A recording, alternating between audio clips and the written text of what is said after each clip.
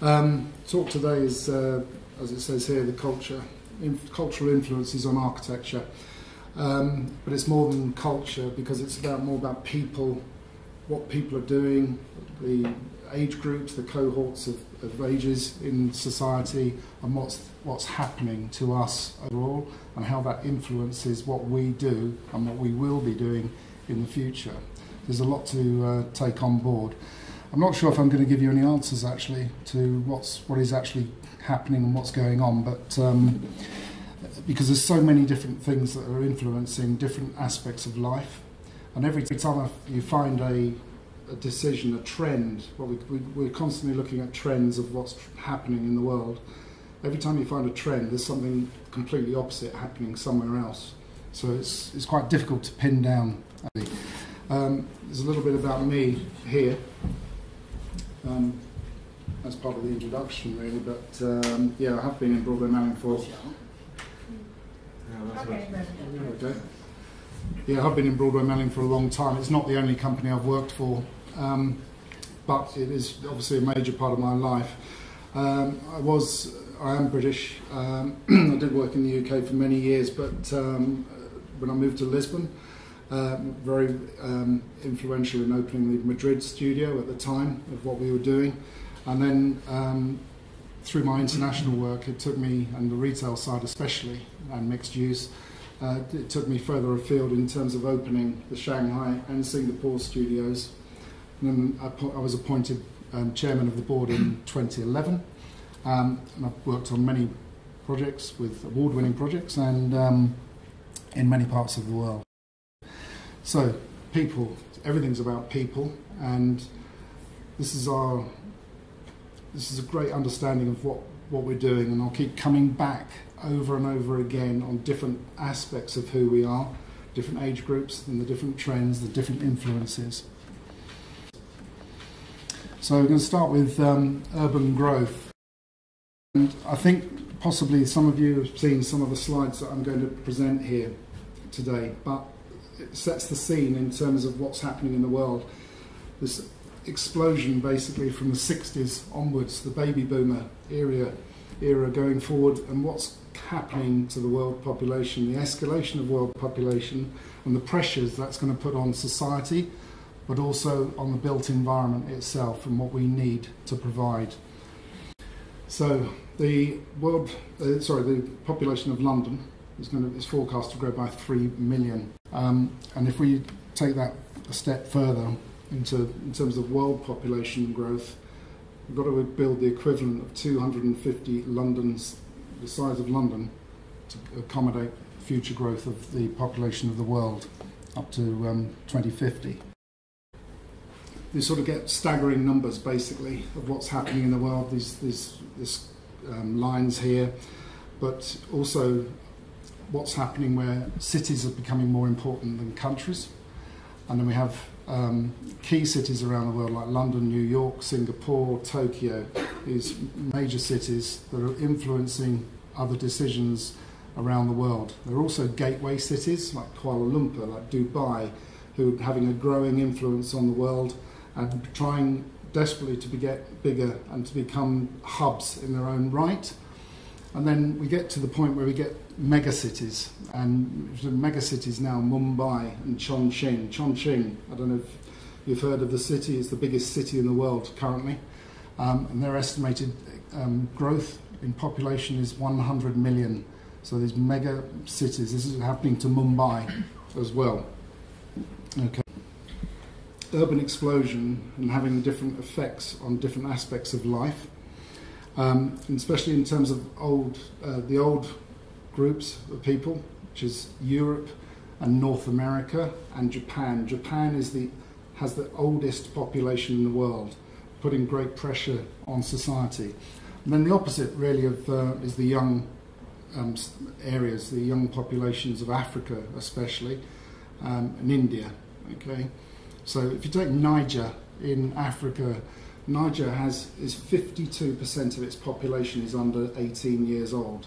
So it has dramatic influences of young groups of population and old groups of population as well. Different needs, different requirements coming through on these things here. Overrun cities as well, and then the cities that have to keep up with change as well, and the massive needs basically and pressures put on cities of what was happening. Okay.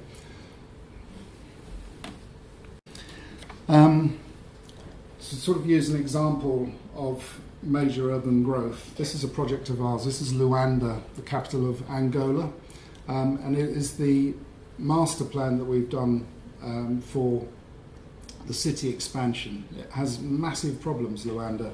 It's getting gradually better, actually, as we carry on. It was an oil city. You can see the size of the master plan that we worked on here, affecting the growth of the city, trying to organise the growth of the city in a controlled way, putting a new airport in, new railway lines, all sorts of effects on here. So totally an international team of master planners, urban planners, architects, engineers, transportation, all trying to come together with economists as well, influencing the future development of a big city under pressure. So originally built for 500,000 people, you can see the sort of scale of growth going through time, 60 to 2014, and what's projected to happen, because this is a 2030 vision and strategy master plan. Okay, their aim, Luanda's sort of goal, its vision really to us was we want to be the Dubai of Africa. I'm not sure if they'll achieve that in terms of tall buildings and things. That's not the plan, but they've got to get away from oil. Their oil revenues are falling drastically, and so again this puts pressure on trying to do something else with the economy of the country. The figures speak for themselves. It's a sort of aerial view of the master plan itself. So less dependency on oil, which was 52% of its GDP, and it's going to fall by 2030 to 27%. Okay, so we need other things to support the economy, to support society going forward. So some key figures really of sort of the growing population of 1.4 million. Puts massive needs on housing requirements. The figures here as well, 2,750 kilometres of new roads being built, 400 kilometres of rail network coming in, all sorts of things, airport as I said as well earlier. So hugely growing population, and that puts pressure on infrastructure as well. We need hospitals, we need schools, all sorts of other items that needs of life basically coming through. So this is one of the biggest effects on our society. Probably a lot of you here are in this group, and what's that doing to us overall, and putting our needs in place here. So the generation cohorts, as we go through changes, and the key influences of each generational cohort in here, with, as I said, the millennials really coming through now, of what's going to happen with millennials as they start to hit their maximum spending period in their life. Okay, and then you come through to Generation Z, which have totally been brought up online. They've known nothing else here, and then probably this next one, the Generation A, as we go into the future. These are kids now 7, 8 years old currently, okay? So we're going to have a huge influence on our lives as we go forward in here. Huge differences in the world as well. We get mature economies in the world and what's happening in the mature economies, and I'm going to keep coming back on all these sort of points and showing you different aspects of this. So, and emerging economies, where the needs in emerging economies are totally different, because there's almost like this sort of period of, not catch up, but more basic needs, shall I say, still, different requirements basically at different levels in different countries for different economies as well. Okay. So from a survey actually here, and the first it's singling out the millennials actually in terms of the first digital natives and what's happening in terms of the way that this is baby boomers coming through to millennials here and how their lives are affected and what's going on with that.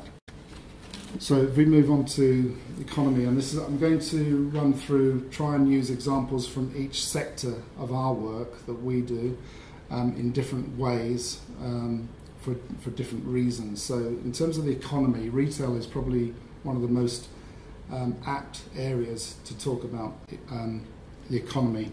And obviously economies are being drastically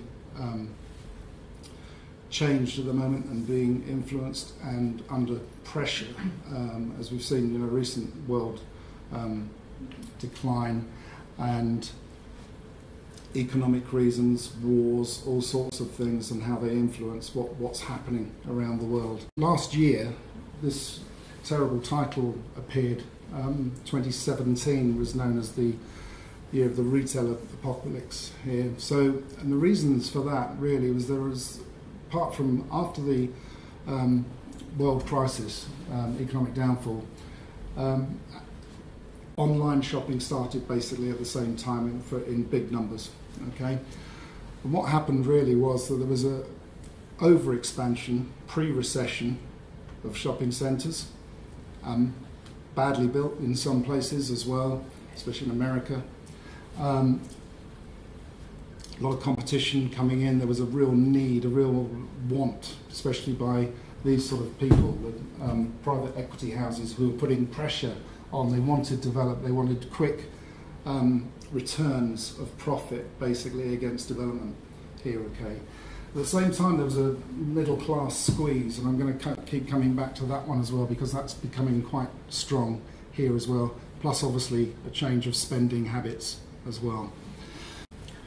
So, good old nightmares, okay? This is the outfall, basically, of last year, and some sort of quite shocking statistics coming through. You take Credit Suisse, their estimate of 220 to 275 shopping centres closing, okay, the next 5 years in America, all right? And a lot of that is to do with where they were built. It was easy in the 60s especially, and growing out of the 50s as car ownership grew massively, that it was easy to build quite cheap, low quality single story shopping centres with car parking all the way around, that have become redundant basically and boring and not current at all. That's one of their biggest issues. 10,000 stores closed in America last year, okay, and then you have major disastrous changes here like Toys R Us. And Toys R Us, one of the biggest problems for them was that they did not move with the times. They didn't change their business model. They were too rigid in terms of what they were trying to offer, and they've suffered the consequences of that. Department stores, big pressure on department stores as well these days. They don't know really what to do. Their popularity is falling. Companies like Debenhams in the UK, they're under pressure, and they're thinking about what to do with their building stock. They're obviously big buildings. So even on Oxford Street at the moment in London, Debenhams are thinking about other uses. They're thinking about residential. They're thinking about a hotel as well. So there's things out here. I'm not sure about El Corte Inglés, how they're trading at the moment, but there's, department stores are in trouble, generally speaking. And this is where I keep coming back, because there are other department stores building new stores. Galeries Lafayette, French department store, opening new ones as well. So, yeah, rising costs as well, exerting pressure on margins, and that's driven by competition as well, of course. This is a big one. They're looking always for logistics efficiency, how to get goods around quickly and easily. Okay, and then there's things about the poor quality centres built too quickly. Now, with the urban trends I was talking about earlier, comes the return to the city. Okay, so we're finding more and more mixed-use schemes, big, especially big big city centre complicated schemes that require different ingredients basically for success in terms of how they're put together, because it's not, you know, it's not just architects designing something or urban planners getting involved. It relies on authorities and municipalities to come together to make things work. So this return to the city, this fired really by urban growth. People want to live in the city. That's an obvious trend. Agricultural needs and low-cost manufacturing are dying down. So it's always, there used to be a saying about London: the streets are lined with gold, because people just wanted to go to London, away from the north and things like this. So walkability becomes very important in city centres. I'm going to keep coming back to that one as well. Placemaking, making better public realm, better quality spaces as well, that are safe as well. And then the best ones as well as how mixed use works is basically on top of a transportation hub, and that's a growing trend as well, going away from car ownership and moving to public transport. Okay. And then small is the new large. Okay. So that's a retail trend in terms of the bigger units are getting smaller as well. There might be more smaller units, but not enough to refill the stock. And then this is becoming key as well, local and personal as well. Again, I'll come back on that one. One of the biggest requirements that's coming through overall in anything that we're doing is this need for comfort and convenience. Okay, so this takes many forms actually, in terms of simple things like seating requirements in shopping centres. So this is some of our work here, the quality of washrooms as well, in terms of the hospitality feel coming in to retail in a very, very strong way. Our brief for these washrooms was make it 5-star hotel. Okay, so and then this influences as well, design influences coming through of what's current now in every sort of aspect is this sort of lounge feel, this homely atmosphere. Then you come through to transportation and what's happening to transport. Dubai testing Uber, things that fly around. I've forgotten the Drones. Drones, thank you. Yes. They're actually testing taxi drones now in Dubai. And then we're going to get through to the future here as well, and this is real actually as well. And then the opposite of that, of what happens with future of transportation, is what happens to car parks. Okay, especially in shopping centres. We talk about thousands of car parking spaces in shopping, because you're going to be sharing cars. You might not even own a car. You'll definitely be pooling a car, and especially like in Madrid here, the third largest number of electric car pools, number of cars in car pools in Madrid in the world. So that's quite an impressive statistic here. So the biggest pressure on car parks as well. Vast spaces that are quite often too low to do anything else with. So we've got to think about what we're going to do with these car parks. I mean, we have one client in the Middle East who insists on building car parks for 6 metres floor to floor. Okay. That's much easier to convert from a car park that's 3.5 metres floor to floor. Food and beverage, huge changes in food and beverage, not just from the percentage of the gross lettable area in shopping centres, but the types of offer within shopping centres and elsewhere outside. So we've seen a massive increase in food halls. You've got a great one here in Madrid as well. This is Lisbon Time Out Market. It's actually owned by Time Out magazine. Again, this sort of diversification of business. And then all sorts of things from rooftop farms and this local need of going farm to table, the sustainability angle. We've got great offers like Italy. I don't know if there's an Italy in Madrid, but it's a bit of a benchmark at the moment in terms of food and beverage requirements, and people are looking at that as one of the best things to do currently. There is Italy in London. I'm sorry. There is Italy in London. In London, yes. Yeah. And so what's happening here as well, this one here, ready-made, make your own. Okay, I've got a slide on that a little bit later, but that's also squeezing out the middle market. Have you heard of Jamie Oliver? Okay, Jamie Oliver is in big trouble in terms of his businesses. He's selling off his Australian business, or trying to sell his Australian restaurants off. Jamie's Italian is a brand as well, and there's big trouble there because he owes the banks £70 million, and he hasn't paid staff £2.5 million. And it is this middle market we're going to keep talking about. The low market, low price offer is good, high end is good. It's the middle markets that are suffering, basically. So more effects on the economy as well. As I mentioned politics earlier, just talked about off-price and high-end, so it's low cost and high-end. And then the effects talked about Toys R Us. You've got Sears, desperate in America as well, in big trouble. Abercrombie and Fitch, another brand that has not kept up with the times. It was a super brand at one point. It's closing 60 stores this year. Okay, here it's out of fashion. Retail is a fashion business overall. I said small is the new large earlier. Here's one of the opposites here. This is bigger getting bigger. Big getting bigger. Okay, so Amazon. And the relatively new introduction of what we call phantom brands, private labels.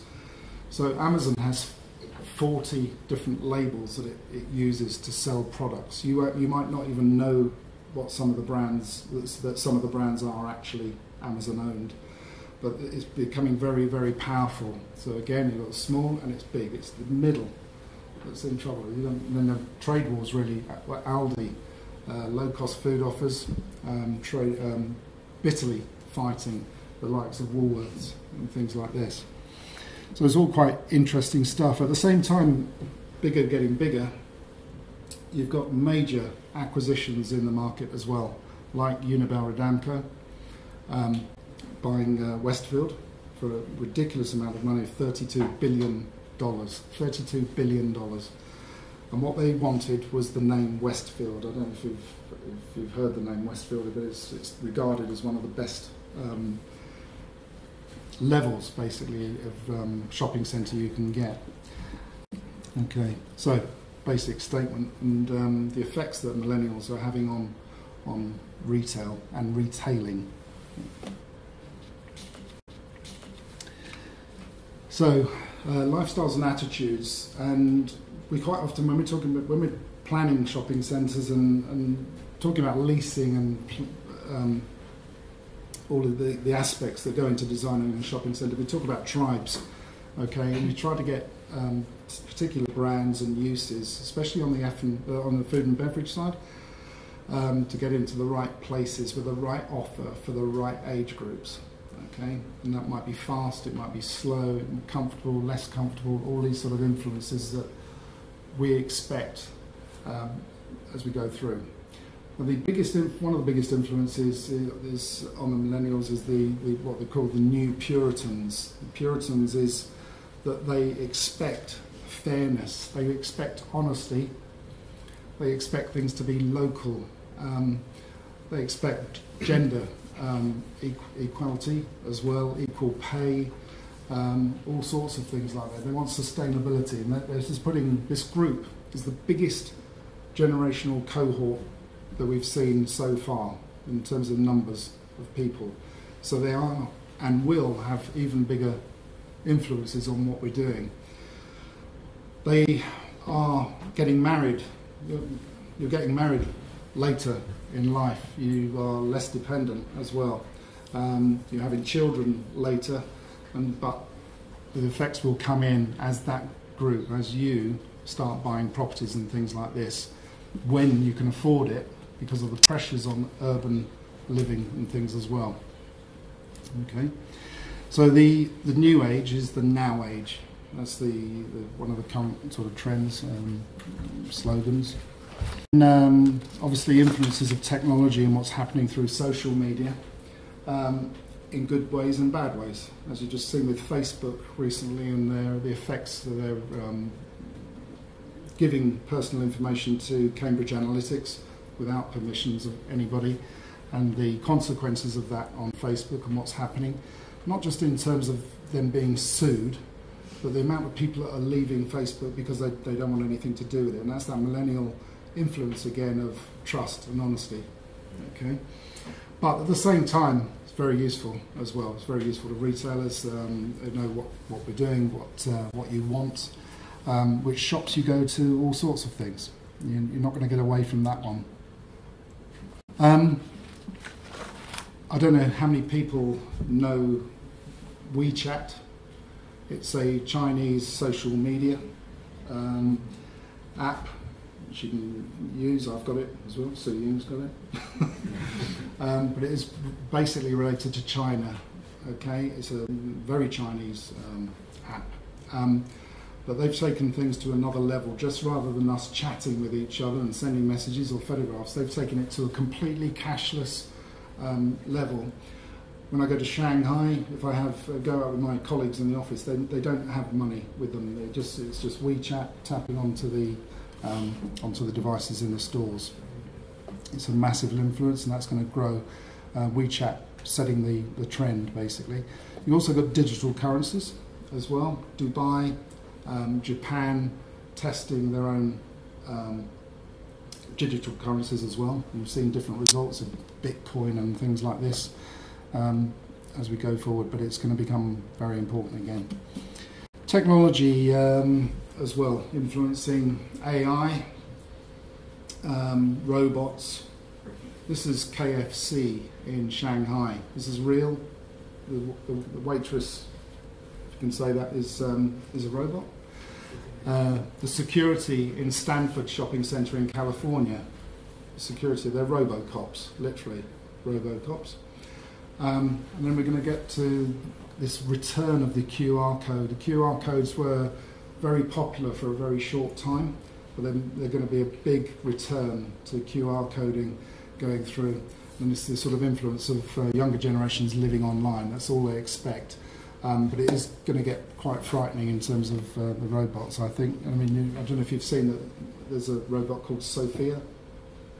She's been made a legal citizen of Saudi Arabia. So, you know. Technology, again, so through showcasing, basically, imagination coming to life, and without really even having to have the product really in store.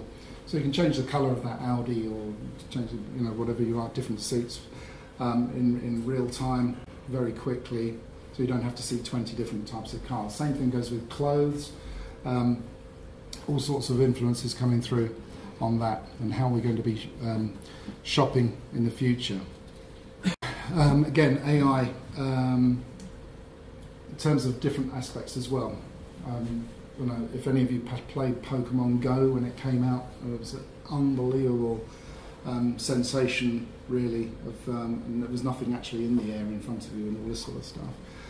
This thing here is trying clothes on without actually trying them on. So, you know, again, changing colour, changing styles, just standing literally in front of a machine.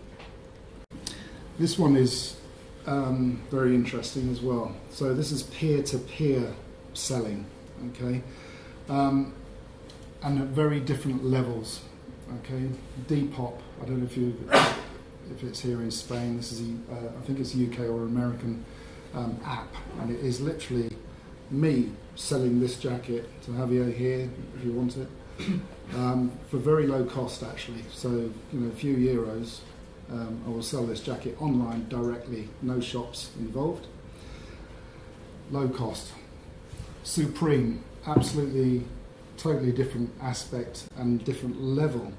They are selling pairs of shoes, literally one pair of Nike shoes at $180,000. Okay, I mean it's madness really. But the most interesting thing about both of these, and you know what a lot of people talk about, is online companies going bricks and mortar, going physical. Okay, So both these brands are now physical. They're opening shops. And this is Supreme, New York, queuing to get in because there are only 10 of these jackets for sale, and they're unbelievably expensive. And what people are doing is buying incredible, and I'm serious here, it's really expensive, thousands and thousands of dollars for a t-shirt, literally, as well. And then they're going online and reselling it here as well. They're making fortunes. Some of these, you know, literally 18-year-olds running businesses out of their bedrooms, doing things like this. It's not all bad news, actually.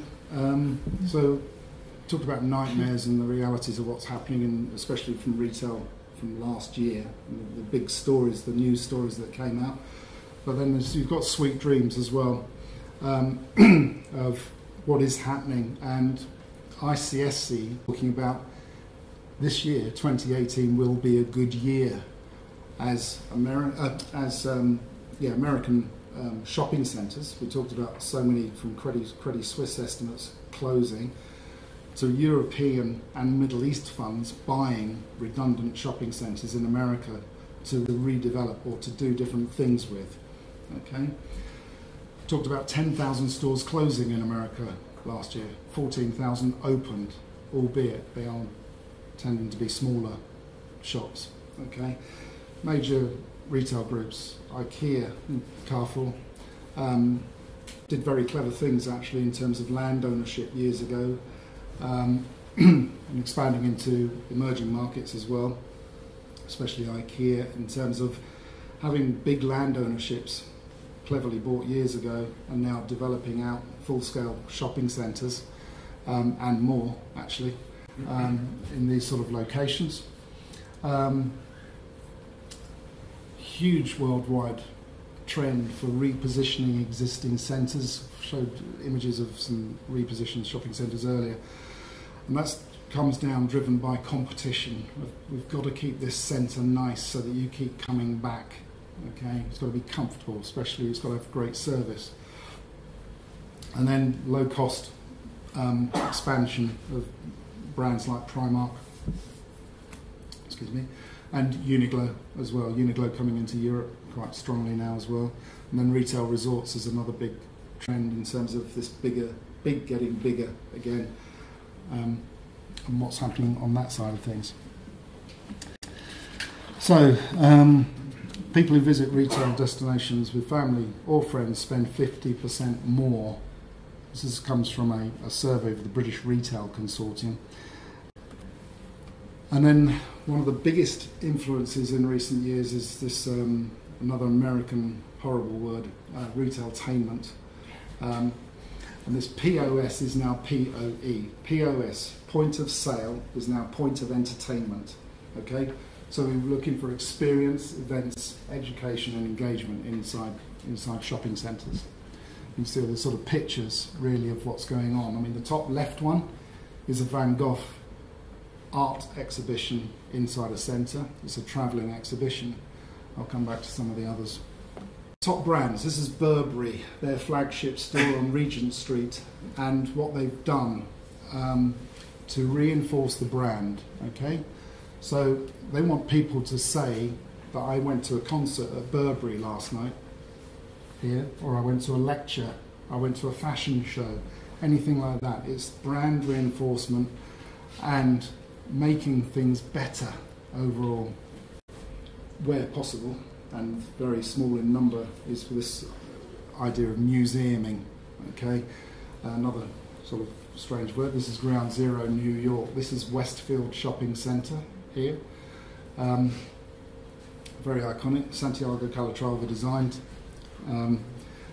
But can you see a shop? You know, this is all about exhibition, entertainment spaces here. But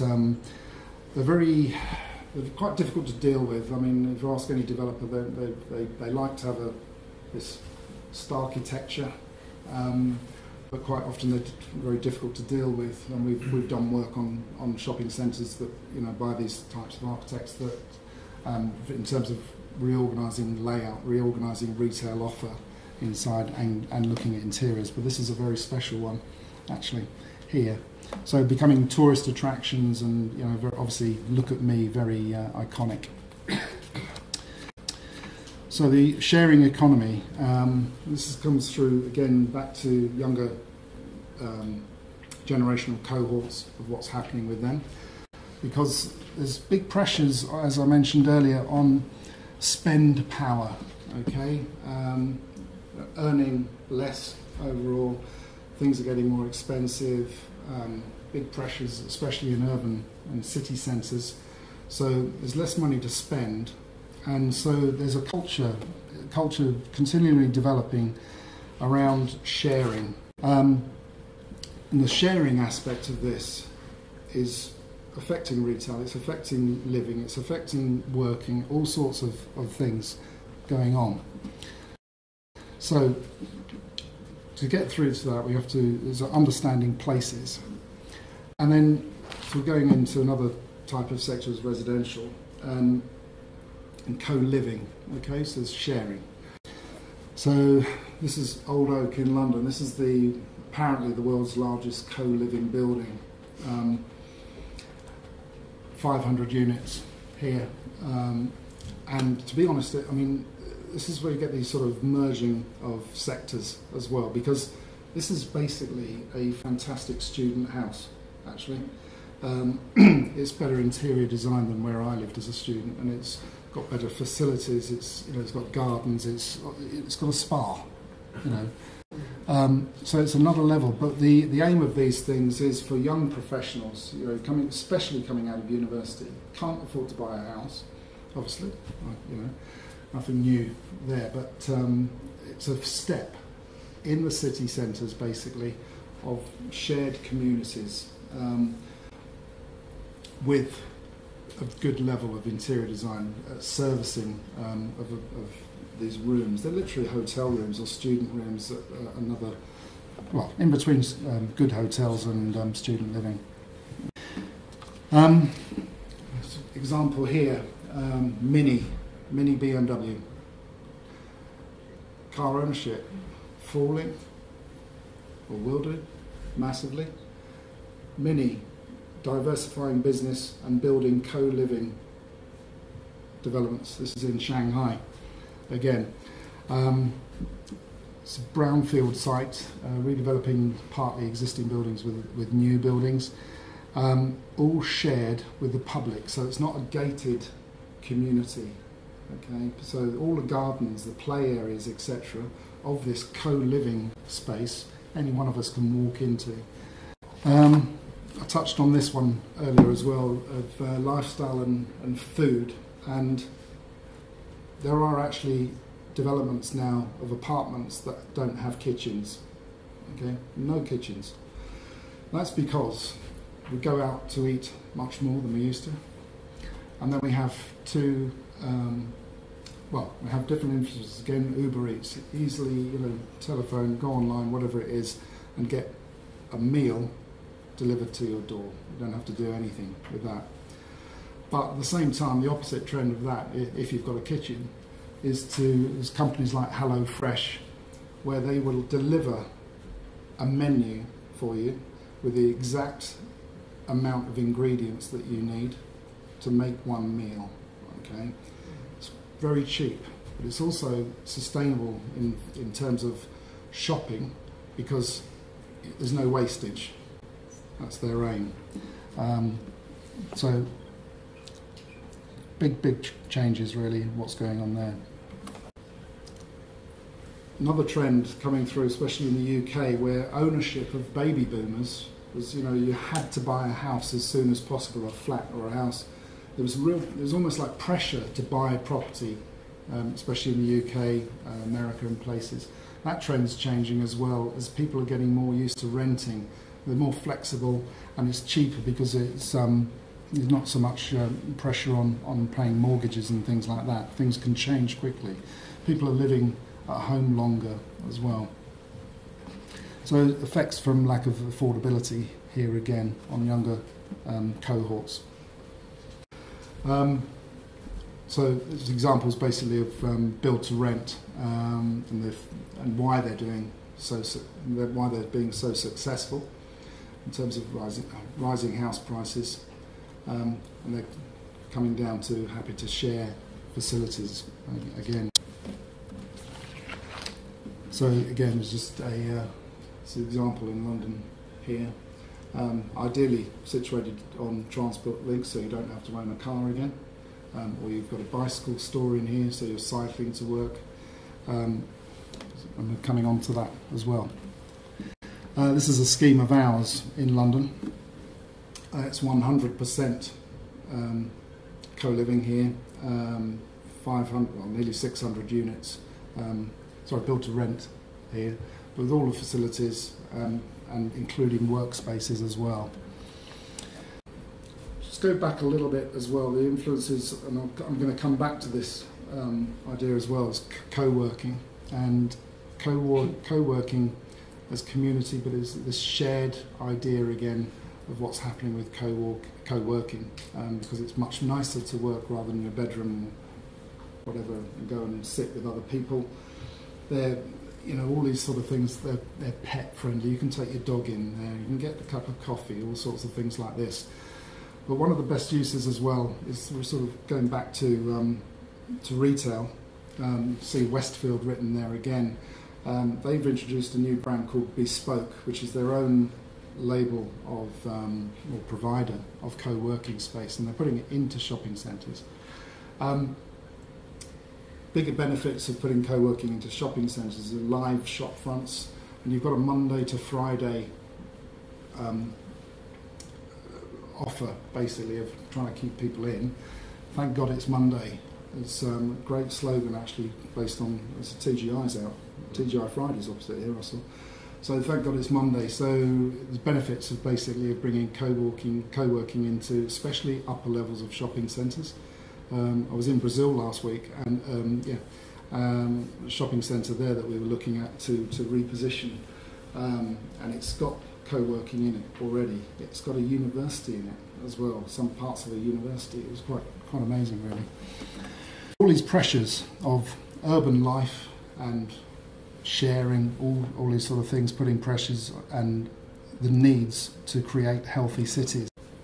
So health care, and again, come back onto this a little bit later, but there's massive pressure for infrastructure of hospitals and care, but at the same time we've got to do more to encourage healthy living, and that's a very, it's a big growing trend, and I think that's something to do with the less dependency we have on car ownership as well.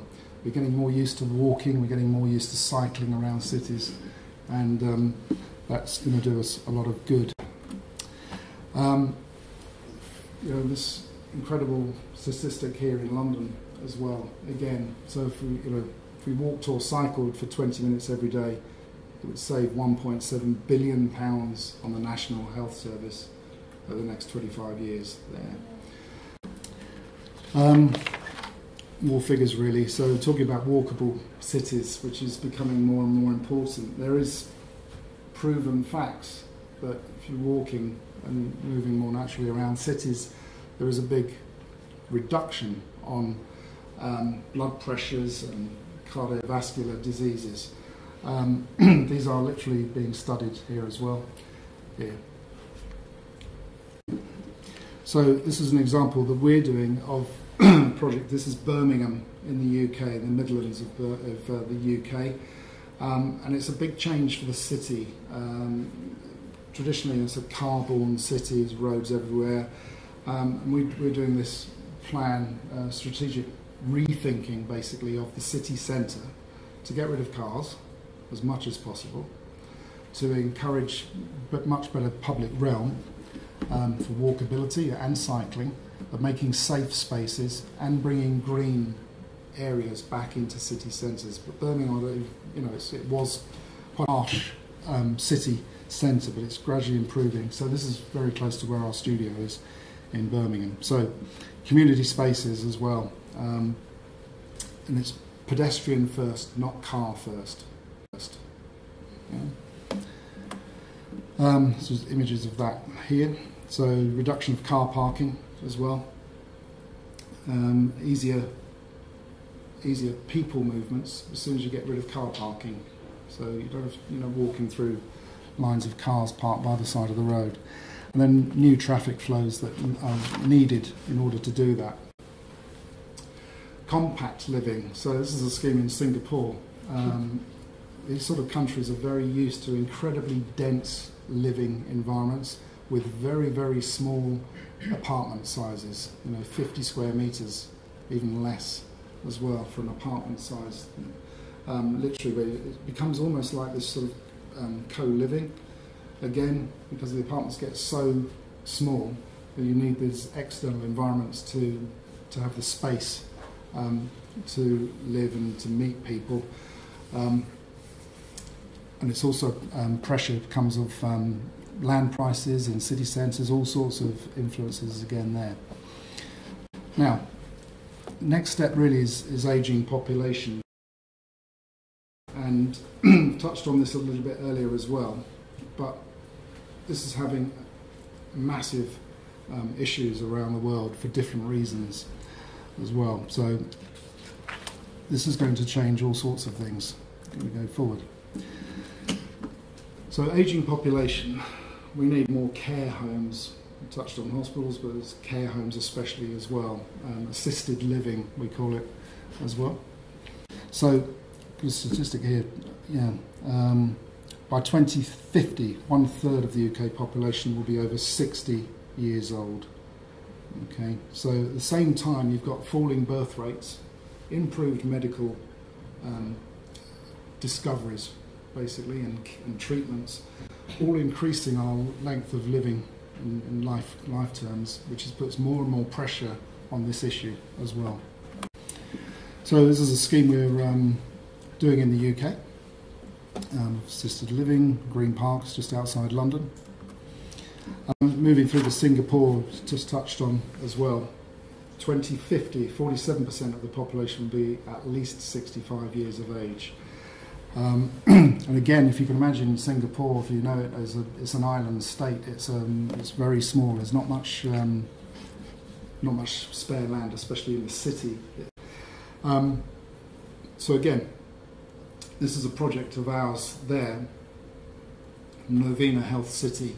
And this is a direct response to the last slide, where the population of Singapore is aging rapidly, so they need much more facilities. And Singapore, being Singapore, they're quite well organised, governments and things there, of planning for the future.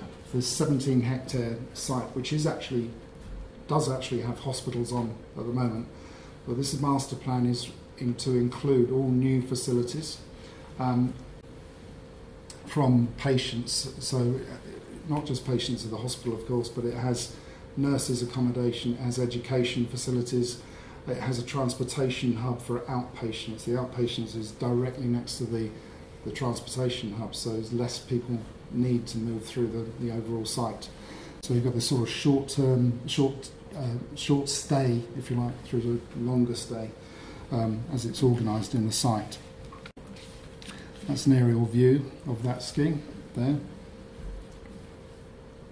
This is planned to have 30,000 visitors per day, this scheme. So you can see this, the pressure again on public transport going forward on that particular scheme. Unbelievable numbers, really, of what's happening with the population there. It's from the World Bank here, and what that does in a similar way is to put huge pressure on the undersupply of beds needed for the elderly, and this is getting worse and worse. But there is a good sign, in fact, that from 2015 the Chinese government allowed private foreign investment and hospital operators to come in, which is these yellow lines at the top. So there's going to be a gradual increase of foreign investment coming in and expertise in hospital running and development. But that's only allowed in 7 cities at the moment in China. Obviously the tier 1, what we call the tier 1 cities, the big cities. This is an example of one of those. Nanjing is a tier 1 city, but what's interesting about this hospital, it's not one of our projects, I'll say, it's quite a big hospital as well, but it's mid-rise, what we call mid-rise, which is amazing really in a city like Nanjing, because Nanjing is all about super tall buildings. So this was a directive basically to keep the thing lower.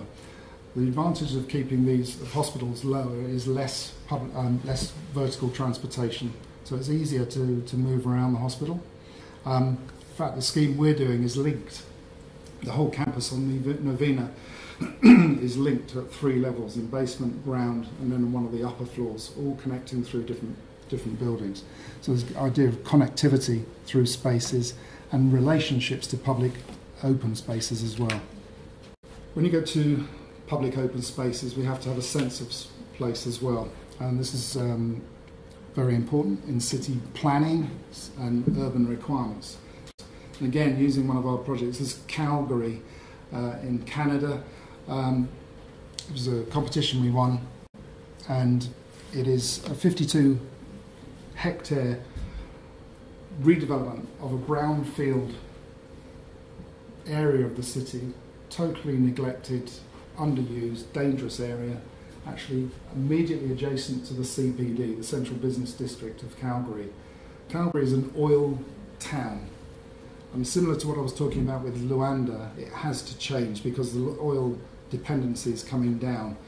So this was a big move, again by the city itself, of redeveloping this. We used traditional street patterns where we could, but driving a sort of diagonal, Barcelona diagonal, coming through and hitting the riverfronts, all new park areas and new landscape, new bridges across the river here as well, and all making a much better place overall. It's driven essentially for cultural uses and innovative small companies living. It's totally mixed use, but with great external spaces that are very well used when it's not covered in snow, I suppose.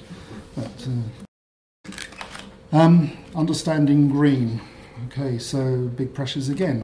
How we build things is nothing new really in terms of what I think we're all trying to get to in terms of buildability of buildings and building performance and all sorts of things. So this has, the implications here are from the mining, sources of mining materials, through to how they're made, how they're built on site, what happens to the waste on site, where does the waste go, all these sort of knock-on effects of what happens, and then right the way through to the daily operational running and costs of buildings. So 60% of construction projects expected to be green by this year. I don't know if that's true at all, but it's going in the right direction, that's for sure. Then this is a sort of interesting one in terms of relatively new projects around the world. It's mass engineered timber, MET. Okay, so this it's not the only building. There are a lot of examples around the world, but this is a project in London, which is all made of wood, all timber construction, but with a brick skin facade. Okay. Even last night there was another fire on a tall building in Dubai. I don't know if you've seen that, but it's fire and fire prevention is becoming a very big issue around the world. We've had a terrible fire in London recently on a residential building, and there's been 3 fires in Dubai overall now as well. And I was sort of using a colleague's talk he gave the other day, actually, was this brick skin facades in London and the UK.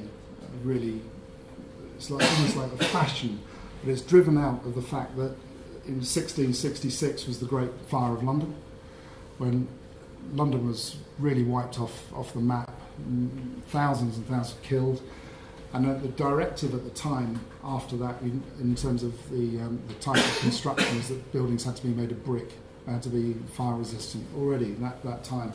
And this is almost like a return to that, because if you take the fire of London recently at Grenfell Tower, They had aluminium cladding panels on, which was against, I'll have to say, against the architect's specification, actually, but it was cheap. That's the only, well, it's not an excuse really, actually, at all, is there? But, so there's a big move away from aluminium. We have big implications on our own insurance policies because of materials like aluminium as well. Expensive materials to produce, but have huge implications on building design as well, and protecting and safety. So this is a project we're doing in Singapore. It is 100% timber construction. All right, there are, so it's very interesting. It's a nice feel as well you get with timber as well, timber connections and all this sort of stuff. It gives a good scale, a good, you can understand it, what's going on in building design like this. Timber's going to get more and more popular, especially in places like Canada, Austria, where where you've got a great resource. It's this local resourcing of material as well, coupled with fire, coupled with economics as well, and natural resourcing as well. Okay. Now there are plans for. Got to get this right actually. A building in Japan that is going to be 350 metres tall, all in timber. Okay, residential tower in timber. The tallest timber construction building is in Norway at the moment, which is 14 floors. Also green in terms of being green actually. This is the Park Royal Hotel, Singapore, which is a very interesting hotel, but it's part of the green roof policy of Singapore, where all roof levels must be greened, must have landscape on. What that does actually is this, it is an ambitious program of this pressure on city centres again, a small island state like Singapore. Trying to be, well, they are very good actually overall in terms of what they do, but becoming eco-friendly and doing developments like this of insisting on green roofs, but also benefiting the developer by giving incentives for more area and things like this. So if you do, I can get more flats into this residential department by providing more green space at the same time. That green space is on the ground and it's on the roof. So it's this sort of replacement idea, like for like replacement of taking away land and actually putting it somewhere else on buildings. Great symbol of, great design actually, of an example of eco-friendliness here. And then step on from that, urban farms, the influences of urban farms, putting urban farms on roofs of shopping centres. It keeps produce local again, going back to an earlier point. It's not quite farm to table, but urban farm to table like that. We have an article about this on our own website if you're interested. And then responsibility by corporate companies. This is Amazon's new headquarters in Seattle. It's their welcome centre for all the other sort of ordinary offices around it, but it's a totally green building, green environment, impressive as well, and a symbol really of a big corporate company trying to show off something, but in a good way. It's that branding again. Understanding markets. Go through to China again, using similar countries in examples.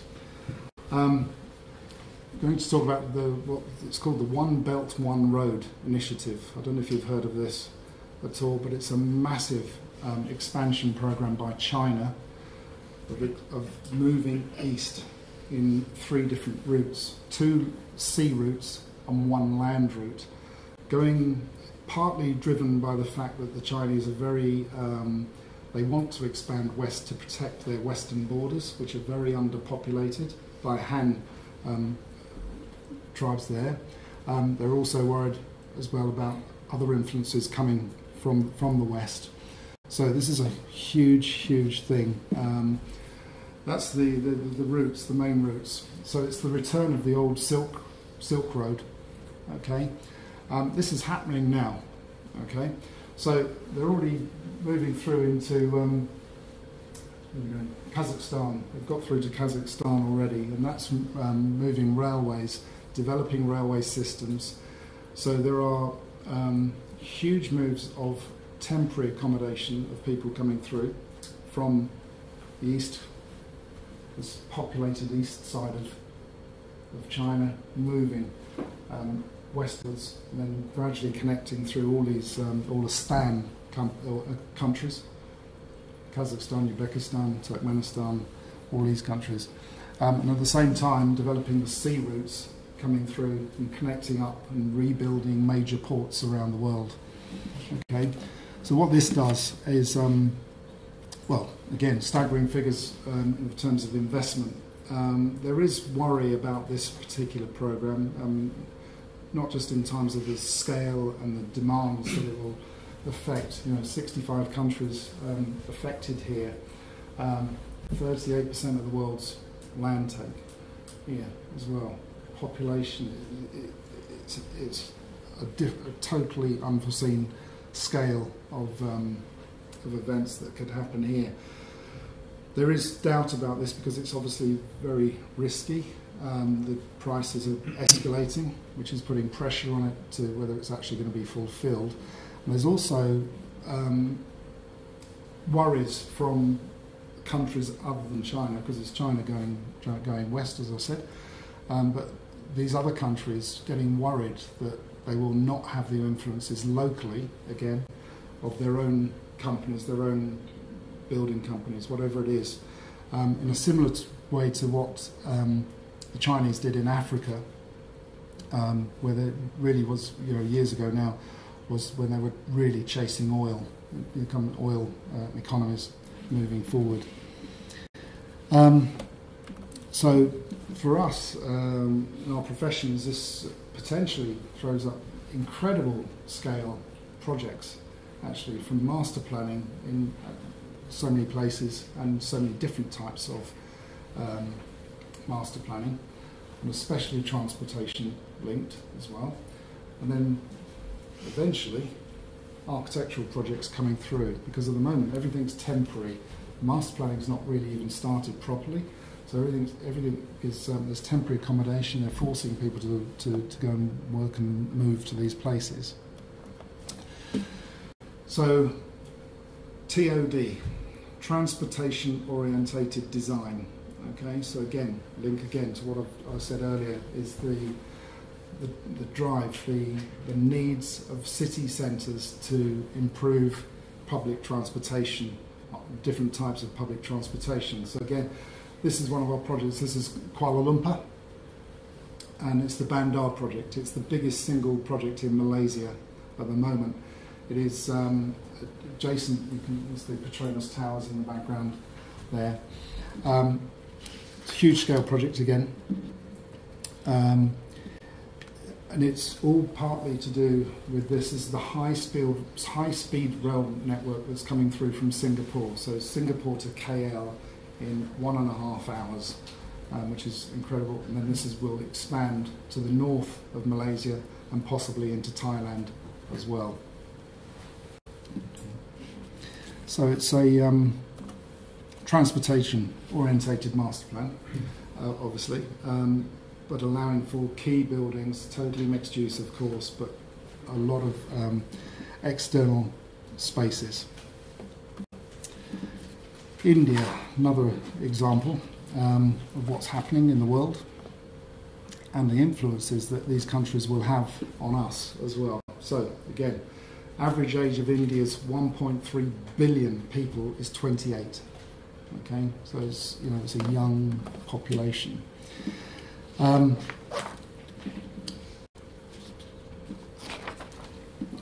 this is a report from JLL, actually, throwing up some big numbers again in terms of the of what's happening in India and the requirements that India needs. So these major the city centres here, the major cities.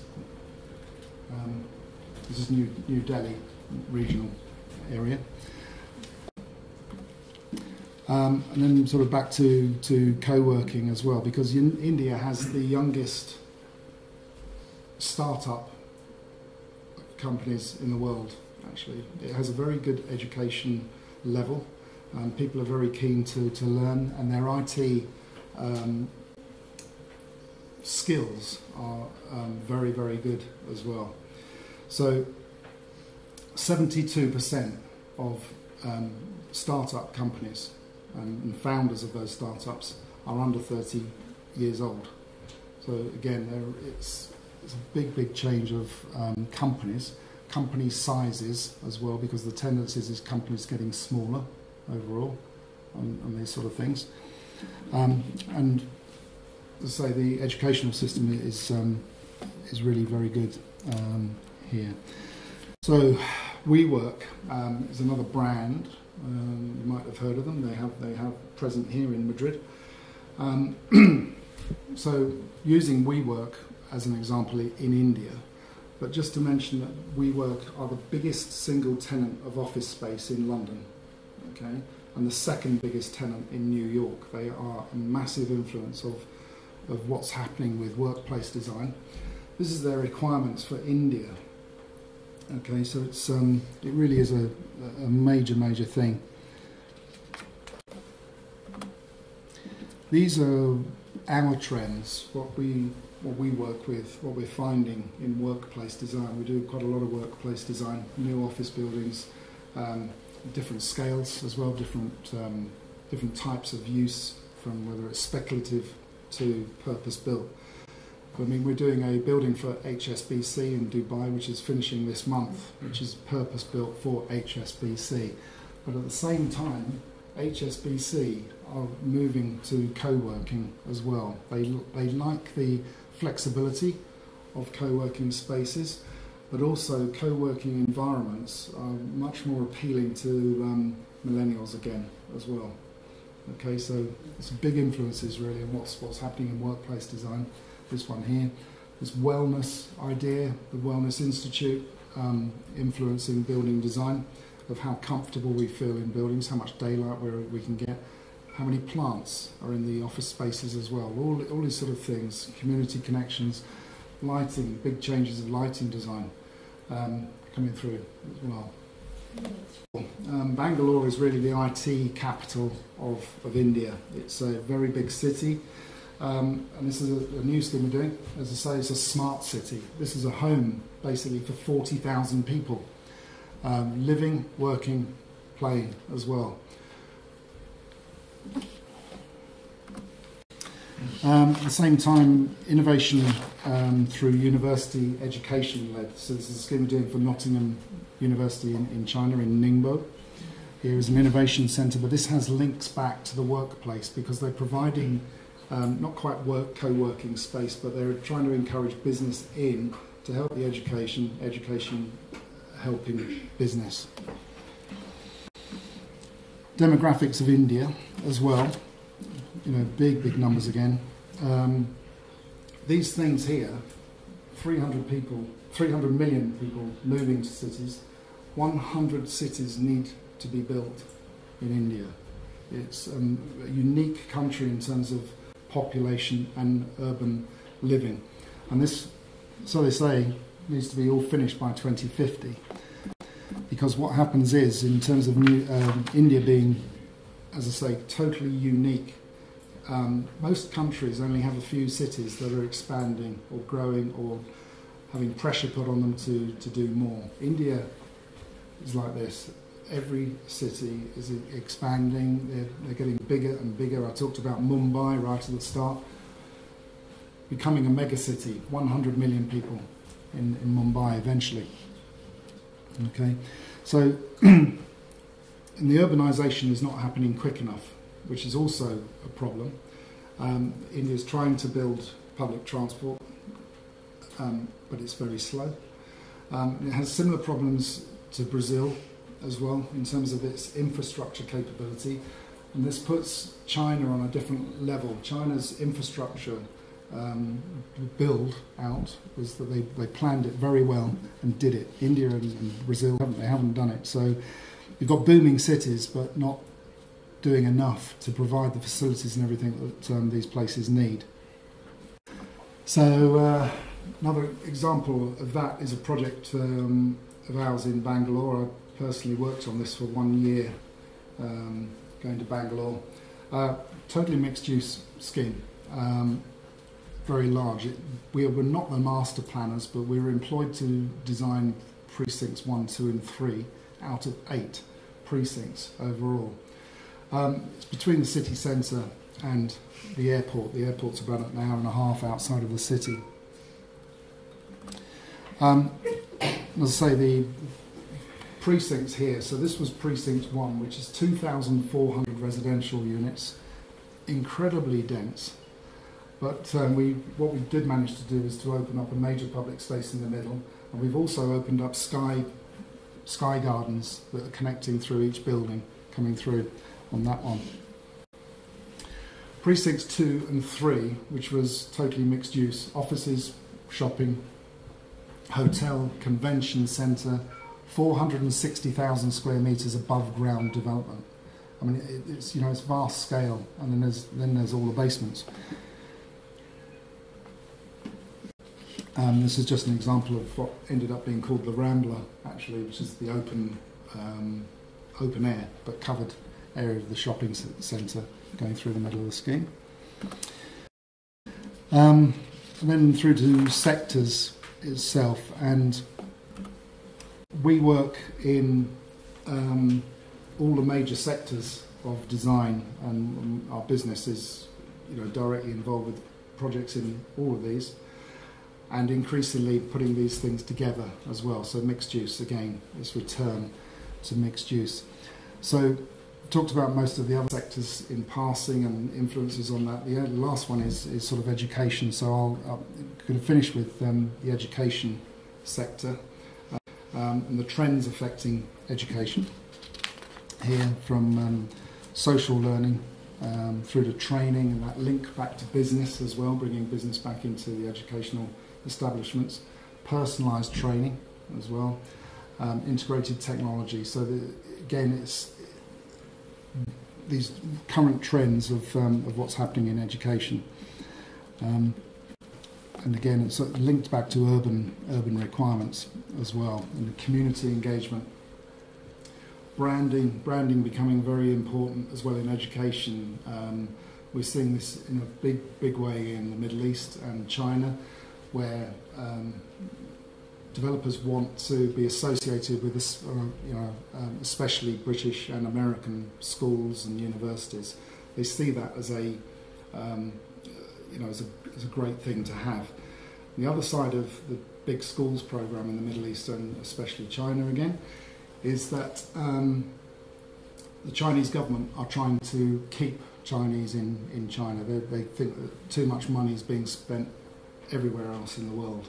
So there's big encouragement to bring facilities like schools, hospitals into the country, to stop people going outside to spend money in shopping centres, to stop trying to keep tourism in as well, and education. So they're big moves really in terms of what's happening around the world. So an example in education, on one type of education, this is Coventry University. This is their new health and life sciences building that we've recently completed. And they, again, driven in a similar way to retail by competition, because there's huge competition for university places, because it's money, basically. And so Coventry has a huge programme of redeveloping existing facilities and building new facilities. We're doing 7 projects just on this. It's not quite a campus because the buildings are split around the city centre, but the importance of good design and well-designed spaces and places, communal facilities, chance meetings, all these sort of things. So This particular building is 11,500.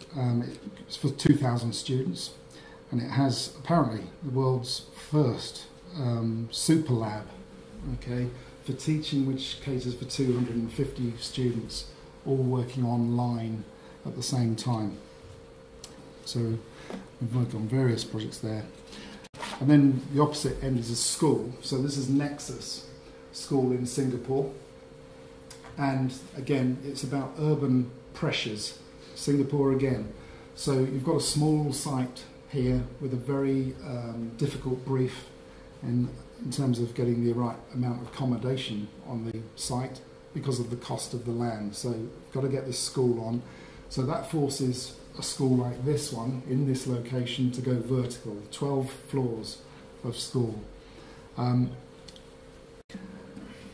This section, directly taken off our BIM model, by the way,